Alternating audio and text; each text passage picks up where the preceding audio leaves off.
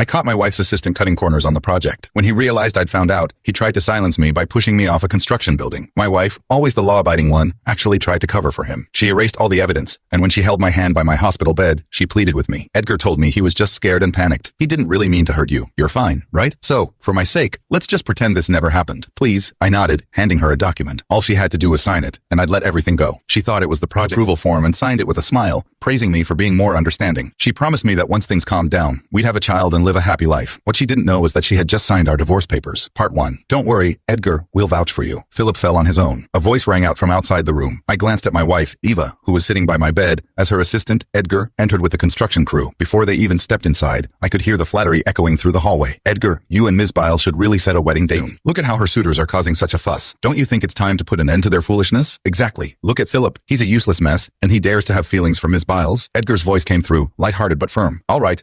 We're here to visit the patient. Let's keep it down. That said, Eva and I will be setting our wedding date soon. We'll be sending out invitations, so be sure to join us for the celebration. The teasing and cheers outside were deafening. I glanced up at Eva, who was peeling an apple for me, her expression unchanged. Ms. Biles, you're getting married? Congratulations, I said mockingly. Eva shot me a reproachful glance. She was just about to speak when Edgar and the crew walked in. She swallowed her words, clearly unwilling to contradict Edgar in front of everyone. After all, she'd rather keep the fact that we had been married for 7 years a secret. She stood by, letting them mock me without intervention, simply a passive observer. Edgar, basking in the adulation, couldn't help but sneak a few smug glances at me. Philip, I'll send you an invitation. You should come. At that moment, every eye turned toward me. Edgar was 5 years young I was, yet these people were treating him like he was a figure of authority. It was enough to make me laugh. I smiled, my expression calm. Sure, when's the wedding? I'll be there. For the first time, Edgar was at a loss for words. As he fumbled for a response, Eva couldn't hold back anymore. Enough. Stop it. Don't forget why you're here, Edgar. Apologized to Philip. Edgar, usually indulged by Eva, sulked, clearly displeased by her sharp tone. He crossed his arms, muttering in resentment. Eva's rare show of protection made me feel nothing, because I knew she wasn't defending me out of guilt. She was just afraid that I might press charges against Edgar for attempted murder, and she was putting on a show for my benefit. Just as Eva was about to demand an apology from him, the workers outside interrupted, their voices rising in protest. Philip, you have no shame. You're the one who tried to seduce Ms. Biles and deliberately fell down the stairs to cause trouble between them. Now you have the nerve to ask Edgar to apologize? Yeah, you've ruined everything. You're the one who caused the delay in the project. We rely on this work for a living. You owe us money. Exactly. You must compensate us. You knew exactly where to fall. Otherwise, how did you survive such a high fall? The workers shouted at me, demanding compensation, but I couldn't bring myself to laugh. They all knew it was Edgar who pushed me. I was lucky I landed on the scaffolding, or I would have been dead. And yet here they were, twisting the truth right in front of me. The one who was shouting the loudest, I knew him well. His daughter was critically ill and needed money for treatment. Last month, he came to me, asking for an advance on his salary. I told him the company didn't have a policy for advances, but I still gave him $5,000 of my own money. Now, seeing him groveling before Edgar, I didn't blame him because only he had the decency to tell me the truth. When I woke up from the coma, the first thing I did was report Edgar for attempted murder. But when the police arrived, everyone had changed their story. They all said I jumped on my own.